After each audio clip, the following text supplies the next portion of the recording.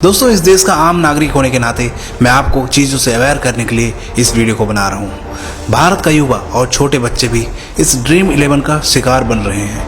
वैसे तो ड्रीम 11 की एज लिमिट 18 साल है, लेकिन छोटे बच्चे ही अपनी 18 साल की आईडी बनाकर अपने मम्मी पापा के अकाउंट में पैसे ले देकर इस गेम को खेल रहे हैं। यहाँ पर बच्चे ड्रीम 11 पर किस तरह से फंसते चले जा रहे हैं, आपने इसकी कल्पना भी नहीं की है।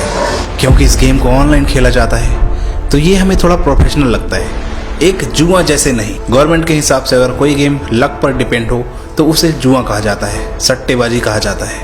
विराट कोहली आज 100 रन मारेगा, इस पर 1 करोड़ रुपए लगा दिए गए, और अगर उसने 100 रन मारे तो 1 करोड़ रुपए जीत गए, और 100 रन नहीं मारे तो वो पैसे गए। इस तरह के गेम को बैटिंग या सट्टा कहा जाता है, और यह गवर्नमेंट के हिसाब से इनलीगल कहलाता है। किसी गेम में आपका दिमाग यूज हो रहा है तो यह पूरी तरह से लीगल माना जाएगा, और मेरे हिसाब से फैंटेसी गेम एक तरह का जुआ कहलाता है, जिसे अलग अलग तरह के शब्दों के गोलमाल से रूल्स से हटा दिया गया और बताया गया कि यह एक दिमाग का खेल है। गवर्नमेंट को इस गेम से अच्छा खासा टैक्स मिलता है, जीतने वाले से 30% और कंपनी की तरफ से 30%, यानी 60% गवर्नमेंट को टैक्स मिल रहा है। इसलिए गवर्नमेंट भी कोई एक्शन नहीं लेती। आप बताइए कि जुए में होता क्या है? आप पैसे जीतेंगे या हारेंगे, मतलब कि पूरी तरह से नसीब का खेल होता है। नसीब ने साथ दिया तो जीत गए, नसीब में साथ नहीं दिया तो हार गए। अब आप यह सोचेंगे, फैंटेसी गेम में जब हम टीम बनाते हैं तो हम किसी खिलाड़ी को कैप्टन या वाइस कैप्टन चुनते हैं। अगर वह कैप्टन चला तो हम पैसे जीते, और वो वाइस कैप्टन और कैप्टन नहीं चलते तो हमारे 49 रुपये भी वापस आने की संभावना कम हो जाती है। अब बात आती है 1 करोड़ जीतने की, तो यहाँ पर 50 लाख लोगों में क्या ही है कि आपकी किस्मत चलेगी। 2 लोगों में जुआ होता है तो 50% जीतने की उम्मीद रहती है, तो 50% हारने की। पर इस गेम में तो लाखों की भीड़ है, आप कहाँ से जीतेंगे? कुछ जुआड़ियों के मन में यह लग रहा होगा कि भाई बड़े बड़े कॉन्टेस्ट मत खेलो, छोटे छोटे कॉन्टेस्ट खेलो। पर मैं आपको बता दूं, छोटे कॉन्टेस्ट में भी एंट्री फीस कम नहीं होती। एंट्री फीस लंबी चौड़ी रहती है, और जो पैसा जीतेगा एक ही खुश होगा, बाकी सब नहीं। ड्रीम 11 गेम खेलने के नुकसान समझ लो, इसके बाद आप कभी ड्रीम 11 नहीं खेलेंगे। तो यहाँ पे सबसे पहले तो आपका माइंड सेट कुछ इस तरह से सेट हो जाएगा कि आप पूरे दिन इस गेम के बारे में सोचते रहेंगे, टीम के बारे में सोचते रहेंगे, और मैच शुरू होने से पहले आप टीम सेट करेंगे। उसके बाद मैच पूरा खत्म होने तक आप बार बार ड्रीम 11 ऐप को रिफ्रेश करते रहेंगे कि आपके कितने पॉइंट बने, और इस तरह से आपका पूरा दिमाग बाकी जगह से हटकर मोबाइल ऐप में लगा रहता है और आपकी आदत में आ जाता है। हालांकि यह इतना धीरे धीरे होता है कि इसकी आदत इतनी तेजी से लगती है कि हम हर रोज 100 से 150 रुपए बर्बाद करते हैं। कभी पैसे वापस आ जाते हैं तो कभी पैसे चले जाते हैं, और इस विश्वास में हम खेलते रहते हैं कि कभी न कभी हमारा नंबर आएगा, कभी न कभी हम जीतेंगे। और अचानक से कभी आपको न्यूज़ मिलती है कि आपके मोहल्ले, आपके आसपास के शहर में किसी ने 1 करोड़ रुपए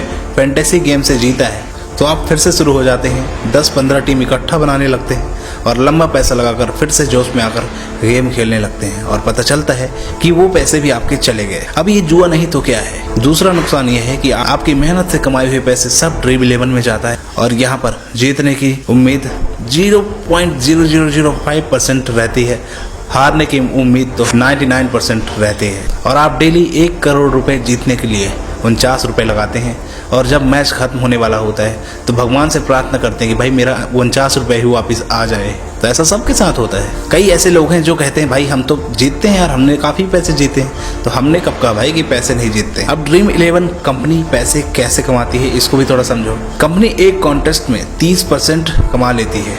आप हारें या जीतें इससे कंपनी को कोई मतलब नहीं, बस कंपनी यह चाहती है कि आप डेली पैसे लगाते रहें। यहाँ पर एक कॉन्टेस्ट देखते हैं कि जैसे कंपनी ने एक कॉन्टेस्ट रखा 5000 का, 5000 प्राइस पूल पर एंट्री फीस 590 रखती है 10 लोगों में, मतलब 590 × 10 5900। तो यहाँ पे कंपनी 900 रुपए जीत जाती है। तो चलो ये तो छोटे कॉन्टेस्ट हुए भाई। बड़े कॉन्टेस्ट पे आते हैं। मान के चलो कंपनी ने एक प्राइस पूल बनाया 10 करोड़ का, और यहाँ पे 34 लाख लोग 39 रुपीज देंगे। तो यहाँ पे सोचिए कि 34 लाख × 39 13 करोड़ 26 लाख रुपए हो गए कंपनी के पास। अब यहाँ पे कंपनी को 10 करोड़ विनर्स में बांटना है, बाकी 3 करोड़ 26 लाख का फायदा कंपनी कमा ली। तो सोचो एक कॉन्टेस्ट से कंपनी ने 3 करोड़ 26 लाख रुपए कमाए।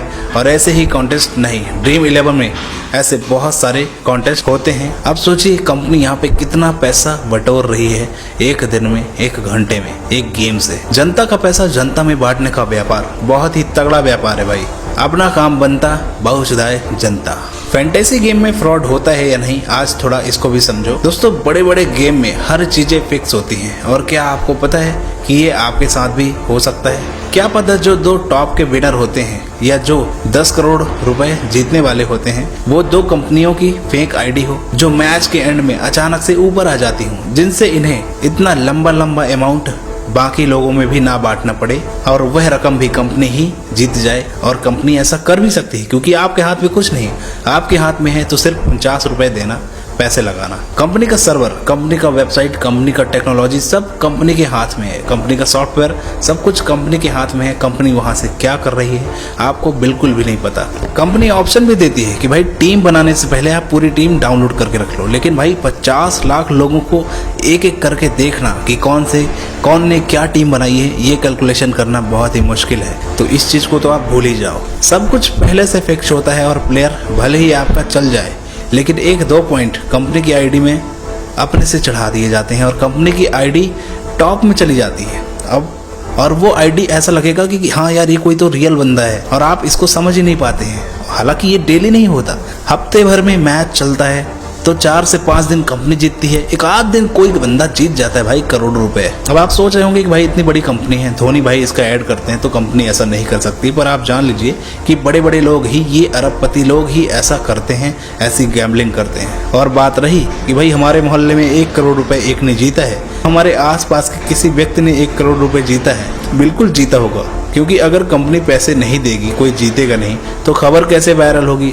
आपके अंदर लालच कैसे पहुंचेगी, आप तक बात कैसे पहुंचेगी, आपके मन में लालच कैसे आएगी। तो कोई ऐसे घर के कोई व्यक्ति आपके आसपास जीत भी जाता है, और हफ्ते में 1-2 दिन आसपास के बंदे जीत जाते हैं, तो बाकी दिन कंपनी के बंदे जीतते हैं, कंपनी की आइडिया जीतती हैं। ऐसा हो सकता है क्योंकि टेक्नोलॉजी की जानकारी मुझे है, तो मैं अपनी राय आपको दे रहा हूँ कि ऐसा होता है। इसलिए भाई इस गेम को आज ही खत्म करें, आज ही हटाएं। ड्रीम 11 फैंटेसी गेम ब्लॉक करें, बिल्कुल बायकॉट करें फैंटेसी गेम को। दोस्तों आप ड्रीम 11 की वेबसाइट चेक कर लीजिए, कहीं पे भी आपको 1 करोड़ रुपए जीतने वाले व्यक्ति की फोटो या ये सब चीजें नहीं दिखाई जाती, क्योंकि रियल में ऐसे लोग एग्जिस्ट नहीं करते हैं जो करोड़ों रुपए जीतते हैं, और जो करते हैं कभी कभी तो उनकी फोटो क्यों दिखाएगी कंपनी। दोस्तों कंपनी यहाँ पे जानती है कि लोगों की लत लग चुकी है, हमें मार्केटिंग करने की जरूरत नहीं, और ना अब ड्रीम 11 ज़्यादा ऐड नहीं चलाती, क्योंकि कंपनी को खुद पता है कि भाई अब हमारा मार्केट ऑलरेडी बढ़ चुका है, ऐड नहीं चलाएंगे तो भी हमें कोई दिक्कत नहीं। पहले ड्रीम 11 ऐप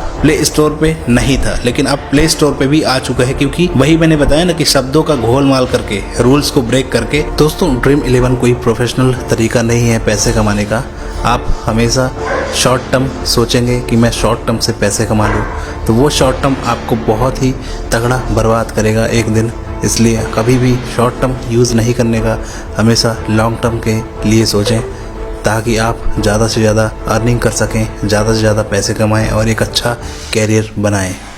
इस तरह के गेम, इस तरह के नशे बहुत ही ख़राब होते हैं जो आपको बहुत बर्बाद कर सकते हैं। तो यहाँ पे ये गेम आपकी आदत बहुत ही बुरी तरीके से लगाते हैं, जिससे आपका माइंडसेट, आपका समय, आपका टाइम, आपका पैसा सब कुछ ख़राब होते चला जाता है और आपको पता भी नहीं चलता है। सरकार तो वैसे ही चाहती है भाई, सरकार को वैसे ही लोगों से कोई लेना देना नहीं।